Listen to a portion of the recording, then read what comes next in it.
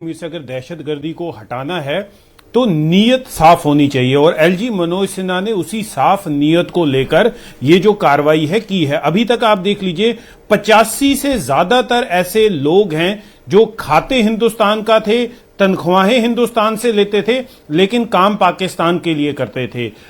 जो भी अभी अल फला यूनिवर्सिटी का जो इशू हुआ उसमें भी वहां पर उसी प्रोफेसर को अल फला में लगाया गया था जिसको ऑलरेडी यहां पर जम्मू कश्मीर प्रशासन ने सैक किया था। तो देख लीजिए यहां नीयत बिल्कुल साफ थी कि जो लोग पाकिस्तान के गुण गा रहे हैं, पाकिस्तान के कसीदे पढ़ रहे हैं और पाकिस्तान के आतंकवादियों के साथ जुड़ के जम्मू कश्मीर के लोगों को मार रहे हैं, जम्मू कश्मीर में हालात खराब कर रहे हैं, टेररिज्म फैला रहे हैं, उनको सरकारी तनख्वाहें मिल रही थी। यहां पर 85 से ज्यादा लोगों को, जैसे मैंने कहा, अभी तक टर्मिनेट किया है और आज का जो डिसीजन है उसमें 5 लोगों को टर्मिनेट किया। और इन 5 लोगों का अगर आप जो डॉसियर आप देखेंगे, ये कोई जैश ए मोहम्मद के लिए काम कर रहा था, कोई लश्कर तोयबा के लिए काम कर रहा था, कोई हिजबुल मुजाहिदीन के लिए काम कर रहा था। आप देखिए इंपॉर्टेंट चीज ये है कि ये जो लोग थे इनको सिस्टम में लाने वाले लोगों की इन्वेस्टिगेशन भी होनी चाहिए। जिन लोगों ने इन्हें नौकरियां दी हैं उनकी इन्वेस्टिगेशन भी होनी चाहिए। ये भी अब लगता है कि आगे आने वाले टाइम पे इस पे भी कार्रवाई की जाएगी, क्योंकि इन लोगों को नौकरियां कब दी गई थी? 2011 में, 2005 में, 2007 में। क्या तब इनका पुलिस वेरिफिकेशन नहीं हुआ था? क्यों कई ऐसी जो अभी रिपोर्ट्स आ रही हैं, कई लोगों को जिनको सैक किया गया है इनका पुलिस वेरिफिकेशन हुआ नहीं था, सीआईडी वेरिफिकेशन नहीं हुआ था और इन्हें किसी न किसी बेसिस पे सरकारी नौकरी दे दी गई थी। और ये वो आस्तीन के सांप थे जो खाते हिंदुस्तान का थे, जो तनख्वाहें हिंदुस्तान से ले रहे थे, लेकिन गुण पाकिस्तान के गा रहे थे। और एलजी मनोज सिन्हा की, जो मैंने आपको पहले कहा, जो उनकी नीयत थी कि इस आतंकवाद को हटाना है। मुझे याद है विशाल, मैं ये बात कह के यहां से आपसे इजाजत लूंगा कि जब एलजी मनोज सिन्हा ने अपना पहली स्पीच जम्मू कश्मीर में दी थी, यहां पर एलजी का कारोबार संभालने के बाद, तो उन्होंने ये कहा था कि मेरा जो मकसद रहेगा वो सिर्फ आतंकवादियों को मारना नहीं रहेगा, मेरा जो मकसद रहेगा यहां पर जो व्हाइट कॉलर आतंकवादी हैं उनको आइडेंटिफाई करना रहेगा और उनको भी सिस्टम से बाहर निकालना, उनको भी। तो उसी नीयत के साथ जब वो आए थे कि उस व्हाइट कॉलर, आज तक उन व्हाइट कॉलर आतंकवादियों पे किसी ने कार्रवाई नहीं की। हिजबुल मुजाहिदीन के शहीद सलाउद्दीन के बच्चे यहां पर सरकारी नौकरियों में ऐश कर रहे थे, घर पे बैठ के उनको तनख्वाहें मिल रही थी। जो पाकिस्तान में आतंकवादी हैं उनके रिश्तेदार या वही लोग जो आतंकवाद में मुलव्विस थे, जो अरेस्ट हो चुके थे, वो तनख्वाहें ले रहे थे। तो फाइनली ये डिसीजन लिया जा रहा है कि उन लोगों को सैक किया जा रहा है। तो कोई भी सिविलाइज्ड कंट्री या कोई भी सिविलाइज्ड सोसाइटी में उन लोगों के लिए कोई जगह ही नहीं है जो अपने ही लोगों को मार रहे हैं, अपने ही देश के दुश्मनों के साथ हाथ मिला के अपने देश का नुकसान कर रहे हैं। तो फाइनली उन लोगों को आइडेंटिफाई करके सैक किया जा रहा है। जी विशाल जी, अगर आपके पास थोड़ा वक्त और हो तो मैं थोड़ा सा एक सवाल यहां पर रखना चाहता हूं। वहीदुर रहमान पर्रा है, पीडीपी के एमएलए हैं, उनका यह कहना है कि किसी को अपनी सफाई का मौका दिए बगैर नौकरी से बर्खास्त करना यह सही नहीं है। उन्होंने ऐसा स्टेटमेंट दिया।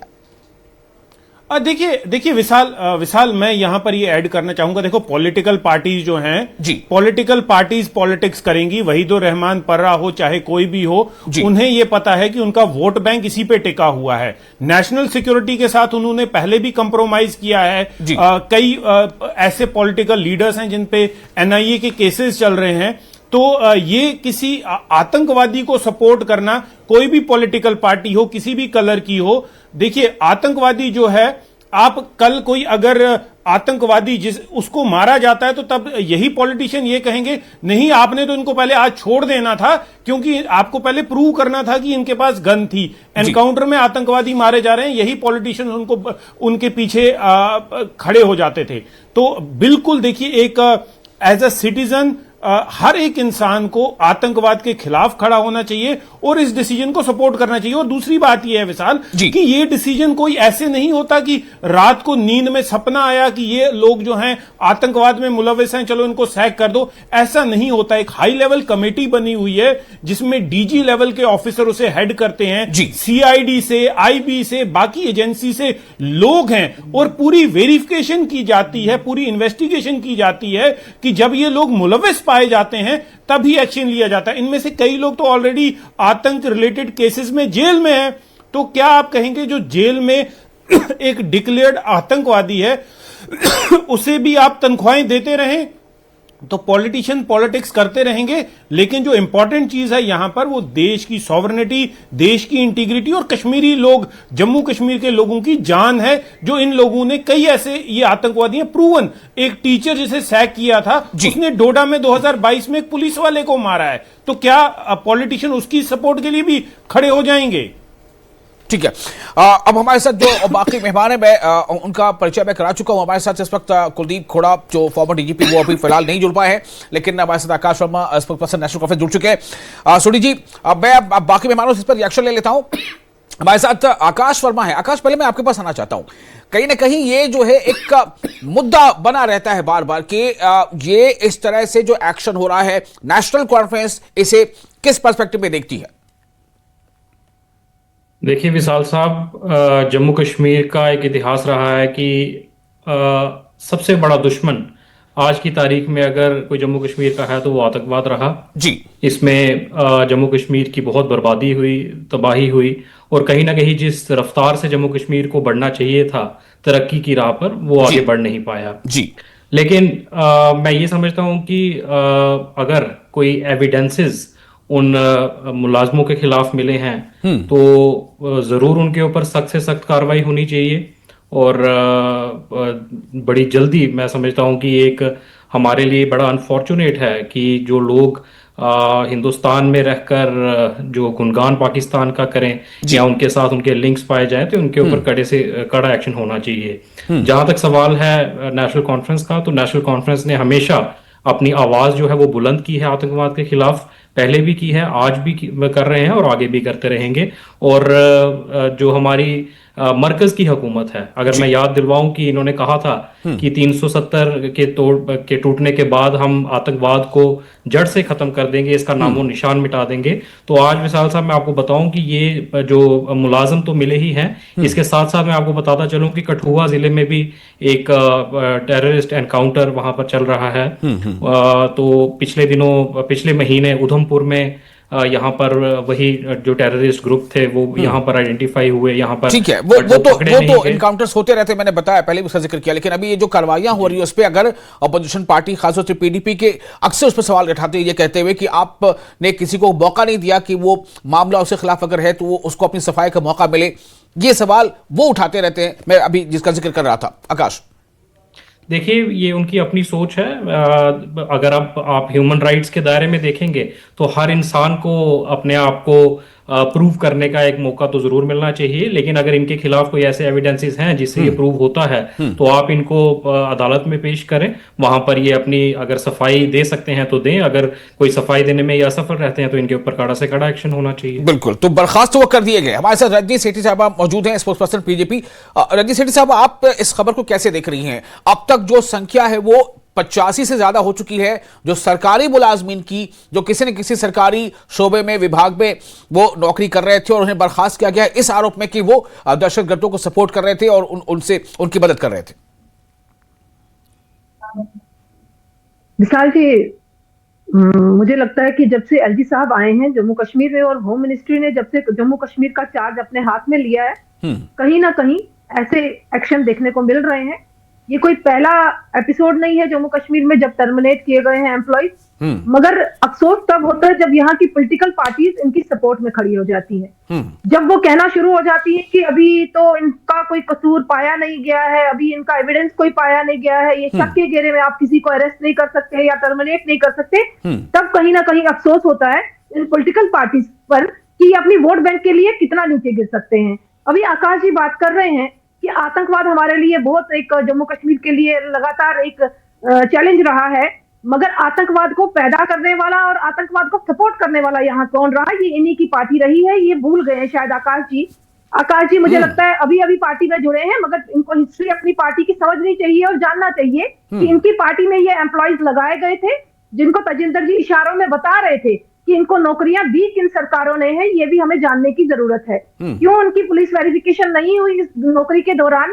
क्यों उनका माइंडसेट इतना डाइवर्ट हो गया है? क्योंकि कहीं ना कहीं ये पॉलिटिकल पार्टीज हमेशा इनको सपोर्ट करने का काम करती रही है जम्मू कश्मीर में, मगर नकेल कसने का काम अगर किसी ने किया है विशाल जी, वो हमारी होम मिनिस्ट्री ने और एलजी साहब ने लगातार पिछले 5-6 सालों से ऐसी चीजों को पकड़ा है और ऐसे एम्प्लॉइज को कहीं ना कहीं निशाना बनाया है, ताकि यहाँ पर सिर्फ पाकिस्तानी एक चैलेंज नहीं है, हमारा जो ओवरग्राउंड वर्कर्स है यहाँ पर, हमारी पॉलिटिकल पार्टी जो इन्वॉल्व है यहाँ पर, वो सबके मिलने के कारण ही यहाँ पर टेररिज्म को हम खत्म नहीं कर पाए। विशाल जी, मुझे लगता है कि ये तारीफ काबिल स्टेप्स हैं जो एलजी साहब उठा रहे हैं। ठीक है, मैं इस पर रिएक्शन लेता हूं। आकाश, मैं आपके पास आऊंगा, आप जवाब अगर कोई देना चाहे तो दीजिएगा। अभी मैं पहले बता दूं, हमारे साथ कुलदीप खोड़ा जी जुड़ चुके हैं, फॉर्मर डीजीपी हैं। कुलदीप साहब, आपका बहुत स्वागत है न्यूज 18 जेकेएलएच के इस खास शो में। इसका नाम है जेकेएलएच प्राइम डिबेट।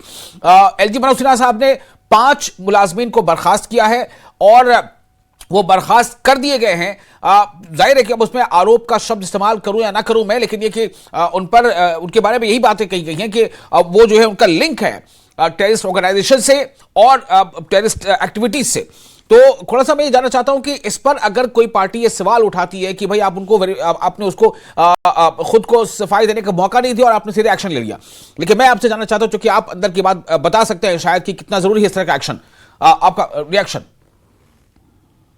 देखिए, मैं इसमें 2 बातें जरूर कहना चाहूंगा जी। एक तो ये कि जो भी पॉलिटिकल पार्टी या पॉलिटिशियन इनके लिए खड़े हो जाते हैं बिना ये सोचे समझे इनके खिलाफ एविडेंस क्या है और क्या इनके खिलाफ चार्जेस है और क्या क्या काम किया है इन्होंने आतंकवादियों के लिए, बिना वो जाने इनके साथ खड़े होते हैं और कहते हैं जी ये गलत हुआ, तो उसका साफ मतलब ये है कि वो आतंकवाद का साथ दे रहे हैं और वो आतंकवाद को बढ़ाने में मदद कर रहे हैं। ये तो बिल्कुल क्लियर बात है जी। दूसरी ये बात है कि ये कोई नई बात नहीं है कि जहां सरकारी मुलाजिम जी आतंकवाद के साथ जुड़े हुए पाए गए एविडेंस के जरिए, चाहे वो इलेक्ट्रॉनिक एविडेंस थी, चाहे वो ऑरल एविडेंस थी, चाहे वो 1-to-1 एविडेंस थी, लेकिन पहले एक्शन नहीं होता था इतना, अब की बार एक्शन हो रहा है पिछले कई साल से। आप फर्क सिर्फ इतना है।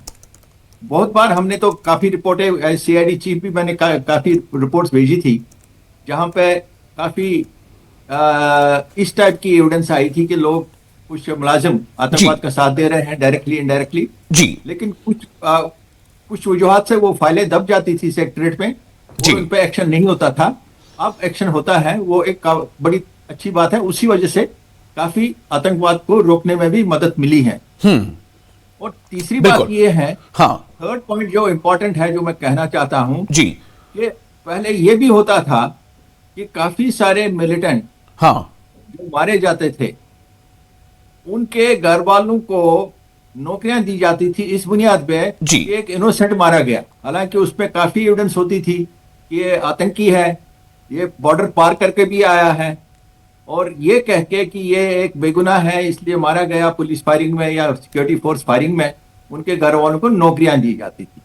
तो ये बदलाव आया है गवर्नमेंट के रुझान में जी, क्योंकि जब तक गवर्नमेंट भी सख्त ना हो, सिर्फ सिक्योरिटी फोर्सेज और पुलिस के लिए ये मुमकिन नहीं है कि आतंकवाद खत्म हो जाए जी। तो इत्मीनान इस बात का है कि गवर्नमेंट एक्शन ले रही है अब, और साथ में वो पॉलिटिशियन और पॉलिटिकल पार्टीज भी एक्सपोज हो रही हैं जी, जो इनके लिए खड़े होते हैं और कहते हैं जाती हो। ठीक है, अब कुलदीप साहब आप हमारे साथ बने रहेंगे। हमारे साथ एक और पैनलिस्ट है, मैं उनका भी थोड़ा रिएक्शन लेना चाहता हूं। वजाहत फारूक भट्ट हमारे साथ मौजूद है, सोशल एक्टिविस्ट है। वजाहत, आप इसे कैसे देखते हैं? ये जो एक्शन हो रहे हैं, एक तरह से तो इसके 2 पहलू हो सकते हैं जो सामने बात आ रही है, जैसा वहीदुर रहमान परा ने कहा कि भाई एक सरकारी मुलाजिम, उसको आपने बर्खास्त कर दिया, उसको आपने सफाई का मौका नहीं दिया, लेकिन यह भी जरूरी है कि अगर किसी के खिलाफ एविडेंस, जैसा अभी थोड़ी सा बता रहे थे कि बाकायदा इंटरनल एक इंक्वायरी होती है, एविडेंसेस पाए जाते हैं, उसके बाद ये एक्शन लिया जाता है, लेकिन how to satisfy those people who raising questions? Wajahat, am I audible sir? जी सर, पहली बात है कि फ्रॉम लास्ट 3 डिकेड्स हम पहली बार ये देख रहे थे दैट जो पुलिस वाले एक टाइम पे कि हमारे जो प्रीवियस रिजीम्स हुआ करते थे, पॉलिटिकल रिजीम्स, चाहे वो 2014 से थे, चाहे उससे पहले थे, चाहे वो पीडीपी हो, चाहे नेशनल कॉन्फ्रेंस, चाहे कोई और पॉलिटिकल पार्टी हो, हमने ये देखा कि जितने भी जो नेशनलिस्टिक अप्रोच रखने वाले जो लोग थे, चाहे वो मुलाजिम हो, हमने उनको एक टाइम पे रिजाइन करते हुए देखा है, जस्ट बिकॉज एक टेररिज्म पीक पे था एंड उनकी एक्सेप्टेंस भी थी। टेररिज्म की एक्सेप्टेंस थी, टेररिस्ट की एक्सेप्टेंस थी एंड सेपरेटिस्ट वालों की एक्सेप्टेंस थी। हमने आज के टाइम पे, अगर आप आज का टेन्योर देखोगे, that from last 5 years change क्या आया है कि आज टेरर विक्टिम्स को जॉब मिलती है, आज टेरर विक्टिम को एक्सेप्टेंस मिल रही है, आज टेरर विक्टिम को डिग्निटी मिल रही है, और आज टेरर विक्टिम को इस सोसाइटी में इज्जत मिल रही है। जो टेरर विक्टिम एक टाइम पे उसको मुखबिर के नाम से जाना था, जिसने अपनी जान इस मुल्क के लिए दे दी है, उसको मुखबिर के नाम से जाना जाता था, और जो टेररिस्ट थे उनको मुजाहिद के नाम से जाना जाता था। तो आज के टाइम पे यह है कि जो टेररिस्ट है उसको टेररिस्ट के नाम से जाना जाता है, और जो टेरर विक्टिम है उसको मुजाहिद के नाम से जाता है। इट जस्ट बिकॉज ऑफ जब आपका सिस्टम सीधे काम करने लगा और ट्रांसपेरेंसी से काम करने लगता है, कि एज अभी फॉर्मर डीजीपी साहब ने ये कहा कि दैट इससे पहले भी सीआईडी में फाइलें बनती थी बट सेक्रेटरीट में वो रह जाती थी। प्रॉब्लम ये थी इससे पहले ये तीन चीजें हमने देखी, एक पॉलिटिकल रेडिकलाइजेशन हुआ करती थी, दूसरा रिलीजियस इंडोक्ट्रिनेशन रेडिकलाइजेशन हुआ करती थी, जिनपे हमेशा से बात हुई है। बट जो ये इंस्टीट्यूशनल रेडिकलाइजेशन हुई थी, जहां पे इंस्टीट्यूशन के अंदर रेडिकलाइज किया जाते थे लोग, जहां पे टेररिज्म सेपरेटिज्म को पनाह दी जाती थी, उनको एक्सेप्टेंस दी जाती थी, और वही लोग यहां पे इन टेररिस्ट को, सेपरेटिस्ट को, ओजीडब्ल्यूज को, जितने भी जो इनके ग्राउंड वर्कर्स थे उनको एक्सेप्टेंस मिलती थी, उनको पनाह एक सेफ जोन मिलता था। और इसमें पिछले 5 साल से अगर आप आज देखो 85 मुलाजिम को अभी उनको टर्मिनेट किया गया एक साइड से, दूसरे साइड से एक टेरर विक्टिम को जो इन्हीं के टेररिज्म के शिकार हुए इनको जॉब्स मिल रही है। तो मुझे लगता है कि this is a big statement and this is a historic statement. We have seen from last 3 decades हमने देखा 14,000 कैजुअलिटीज हुई है। वो दे वर नॉट ओनली जो कि कश्मीरी सिविलियंस को मारा गया है, 14,000 टेररिस्ट जो स्पॉन्सर पाकिस्तान स्पॉन्सर टेररिज्म की वजह से जो जम्मू कश्मीर के जो 14,000 लोग मारे गए हैं, और देवर हमने हमेशा टेररिस्ट को देखा है कि वो मारते हुए, बट उसके हाथ में बंदूक किसने दी, उसको वो बंदूक एक जगह से दूसरी जगह किसने पहुंचाई, उनको फाइनेंस किसने किया, उसको पनाह किसने दिया, उनको अगर एफआईआर लगता था वो खत्म कौन करता था, अगर एडमिनिस्ट्रेशन में, अगर कोई कोर्ट में, अगर कोई सिस्टम में उनको पनाह देने वाले थे, अगर आज के टाइम पे उनके खिलाफ एक्शन की जा रही है। एंड मुझे लगता है कि this is a historic and we should all appreciate it. And unfortunately we have seen so many political leaders जो इसमें कोशिश करते हैं कि इसको पोलिटिसाइज करते हैं, and they are actually not, वो उनके जो हमेशा से फर्स्ट से उनका हमेशा रहा है कि दैट जितना सेपरेटिज्म बने दे विल उनके लिए एक वोट बैंक बने, एंड वो कभी नहीं चाहते कि यहाँ पे ट्रांसपेरेंसी रहे, टेरर जो एक्टिविटी है इनके खिलाफ कार्रवाई करे। बट मैं अप्रिशिएट करता हूं ऑनरेबल लेफ्टिनेंट गवर्नर साहब को, उनकी एडमिनिस्ट्रेशन को, जिसकी तरह से आज का कश्मीरी एक सेंस ऑफ सिक्योरिटी फील करता है कश्मीर में। Thank you. बिल्कुल, मैं थोड़ा सा एक लाइन पढ़ के सुनाना चाहता हूं जो पीडीपी के एमएलए ने कही है बात। उनका ये कहना है कि misuse of article 311 in Jammu and Kashmir, particularly in the today's termination of 5 government employees, as he जो वो कहना चाहते हैं कि they should face consequences अगर वो प्रूवन है, लेकिन उन्हें एक मौका मिलना चाहिए कि वो अपने आप को प्रूव करें। वो प्रूवन है हो जाते हैं फिर उनके खिलाफ एक्शन जरूर लिया जाना चाहिए। देखिए 311 में जो एक्शन ली जाती है वो बाज़ाब्ता on the basis of solid evidence ली जाती है, और 311 में उसमें पूछताछ नहीं होती है एक्यूज से जी। एक्यूज के लिए कोर्ट का रास्ता खुला है। अगर एक्यूज कोर्ट पे जाए और वो कोर्ट देखेगी उस केस को कि जो 311 का इस्तेमाल किया गया वो सही किया गया या गलत किया गया है जी। लेकिन हमने देखा है कि कोर्ट में ये 311 के केस जितने भी थे वो एक्यूज को कभी फायदा नहीं मिला। उससे एक बात साफ जाहिर होती है जी कि 311 का सही इस्तेमाल हुआ। बाकी जो पॉलिटिशियन ये कहते हैं बिना सोचे समझे, बिना जांच किए, बिना एविडेंस देखे हुए कहते हैं कि 311 का मिसयूज हो रहा है, वो जाहिर है वो पॉलिटिकल वजह से कह रहा है। मैं ये भी बात बताऊंगा यहाँ पे, जो लोग टेररिस्ट के मरने पे उनके घर पे जाते थे रोना धोना करने के लिए, वो अगर ऐसी बात आज कहे वो कोई हैरानकुन बात नहीं है, वो तो एक्सपेक्टेड है कि वो ऐसी बात करेंगे। तो इसलिए इसमें ज्यादा अहमियत देने की जरूरत नहीं है, क्योंकि उनका बैकग्राउंड भी देखना चाहिए कौन ये बात कर रहा है, और इसका बैकग्राउंड जब मिलिटेंसी उरूज पे थी तब इनका रोल क्या रहा है पूरे समाज में। क्या वो टेररिस्ट के घरों पे जाते थे, क्या उनसे वो मिलते थे, क्या उनके वहां पे रोना धोना करते थे कि नहीं करते थे, तो ये सब चीजें देखने लायक है। ठीक है, मैं सिर्फ एक छोटा सा सवाल और छोटा सा जवाब अगर मुमकिन हो तो आपसे चाहूंगा, वो ये कि जो भी अभी मौजूदा ये इंक्वायरी सिस्टम के तहत उन लोगों के प्रोफाइल को खंगाला जा रहा है, उनके खिलाफ जो है एविडेंस मिलने के बाद ही एक्शन लिया जा रहा है, तो ये भी प्रक्रिया कब तक मुझे लगता है पूरी हो जाएगी? क्योंकि जो लोग भी अपॉइंटेड हो चुके हैं वो तो हो चुके होंगे आज से 10 साल पहले, 12 साल पहले, 15 साल पहले, या 2019 से पहले, ठीक है ना? तो ये कब तक हमको आप बता सकते हैं कि ये फिल्ट्रेशन हो सकता है सरकारी महकमे में खासतौर से? देखिए, जिसका केस आएगा उसमें आजकल तो यकीनन के साथ कह सकते हैं कि उनके खिलाफ कार्रवाई होगी, ये नहीं कि दबाई जाएगी जी। लेकिन यह है कि सबके सामने आए, वो जरूरी नहीं है कि हर एक के सामने आ जाए और हर एक केस में तहकीकात हो जाए। लेकिन एक चीज जो एक एप्रिशिएबल है कि एक्शन होती है, वो एक बड़ा एक पॉजिटिव फीचर है। चलिए, बहुत शुक्रिया आप तमाम पैनलिस्ट का। बहुत सेंसिटिव और हसास मौजू था, इस पर कोई